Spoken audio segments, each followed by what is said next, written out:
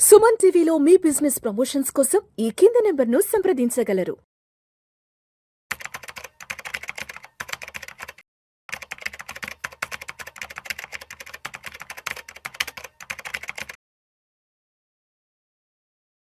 నమస్తేనండి, welcome to Suman TV. నేను Willey Chakradhar. ఇవాళ మనకి మార్కెట్లో కొత్తగా వచ్చిన ఎన్ఎఫ్ఓ అండి, డిఎస్పి వాళ్ళది. డిఎస్పి మల్టీ అసెట్ ఒమ్ని ఎఫ్ఓఎఫ్ అన్నాము.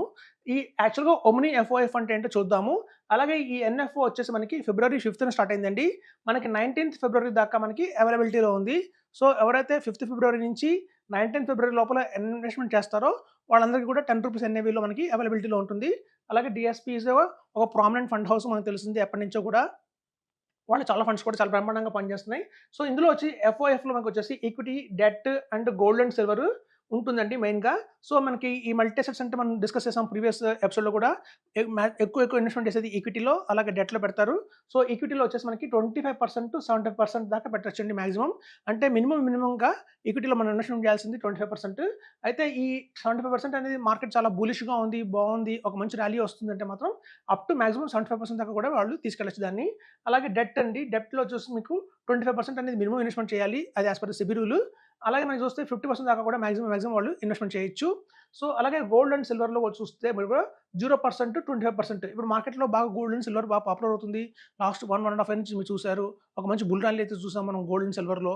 అలాగే కనుక కన్సిస్టెన్సీ స్టార్ట్ అవుతుంది, కొనసాగుతుంది అంటే మాత్రం ఎక్కువ వాళ్ళు 10% to 25% దాకా ఇన్వెస్ట్మెంట్ చేయొచ్చండి.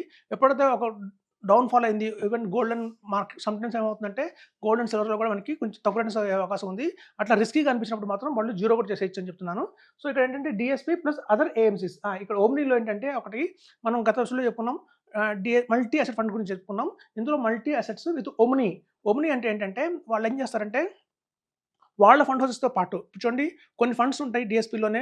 అలాంటి ఫండ్స్లో వాళ్ళు ఇంటర్నల్గా వాళ్ళ ఓన్ డిఎస్పీ ఫండ్స్లో ఇన్వెస్ట్మెంట్ చేసుకోవడంతో పాటు కొంత ఎస్బీఐ మ్యూచువల్ ఫండ్స్లో ఇన్వెస్ట్మెంట్ చేయొచ్చు, కొంత హెచ్ఎఫ్సి మ్యూచువల్ ఫండ్స్లో ఇన్వెస్ట్మెంట్ చేయొచ్చు, కొంత నిప్పాన్ ఇండియా మ్యూచువల్ ఫండ్స్లో ఇన్వెస్ట్మెంట్ చేయొచ్చు.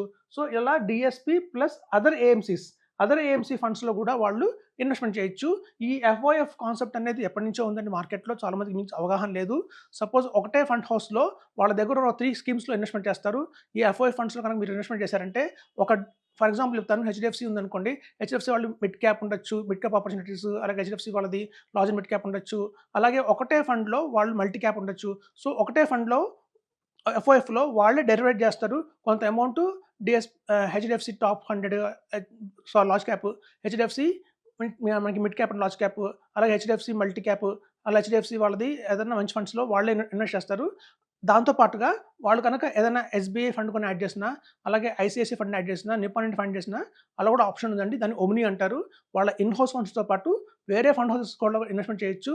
ఆ ఆప్షన్ అయితే ఓమ్నీలో దొరుకుతుంది. ఎందుకంటే చూడండి, ఒక్కొక్క ఫండ్ హౌస్ వాళ్ళ స్ట్రాటజీస్ వేరువేరుగా ఉంటాయి. సమ్ టైమ్స్ ఒక ఫండ్ హౌస్ ప్రామినెంట్గా పనిచేస్తుంది మార్కెట్లో, ఇంకో టైంలో ఇంకో ఫండ్ హౌస్ బాగా పనిచేస్తుంది. సో కాబట్టి వాళ్ళ స్ట్రాటజీస్ డిఫరెంట్గా ఉంటాయి. కొంతమంది top to bottom strategy follow అవుతారు, కొంతమంది bottom to top fat strategy follow అవుతారు, కొంతమంది కోర్ అండ్ శాటిలైట్ ఫాలో అవుతారు. సో స్ట్రాటజీస్ అంటే రకరకాలుగా ఉంటాయి మార్కెట్లో. సో కాబట్టి వాళ్ళ ఇన్హౌస్ ఫండ్స్లో పాటు కొంత అమౌంట్ బయట ఏఎంసీస్లో కూడా ఇన్వెస్ట్మెంట్ చేయడమే ఈ ఓమ్ని అనొచ్చు. సో ఎంనో ఎఫ్ఎఫ్లో చూస్తే మీకు చాలా ప్రామినెంట్గా రిటర్న్స్ అయితే వస్తున్నాయండి. ఎక్కువ వాళ్ళు ఇండెక్స్ ఫండ్స్లో ఇన్వెస్ట్మెంట్ చేస్తారు. అందులో యాక్టివ్ ఫండ్స్ ఉంటాయి, ప్యాసివ్ ఫండ్స్ కూడా ఉంటాయి. సో వాళ్ళ దగ్గర ఉన్న సేమ్ కంపెనీ రన్ చేస్తున్న ఈటీఎఫ్స్ ఏవైతే ఉంటాయో, మనకి నిఫ్టీ 50 ఈ ఇండెక్స్ కావచ్చు, లేకపోతే సిల్వర్ కావచ్చు, అలాగే గోల్డ్ ఈటీఎఫ్ కావచ్చు, అట్లాంటి వాటిలో కూడా వాళ్ళు ఇన్వెస్ట్మెంట్ చేస్తారు. కొన్ని ప్యాసివ్ ఉంటాయి, కొన్ని యాక్టివ్ ఉంటాయి. సో అదండి క్లుప్తంగా ఎఫ్ఓఎఫ్ అంటే ఫండ్ ఆఫ్ ఫండ్స్.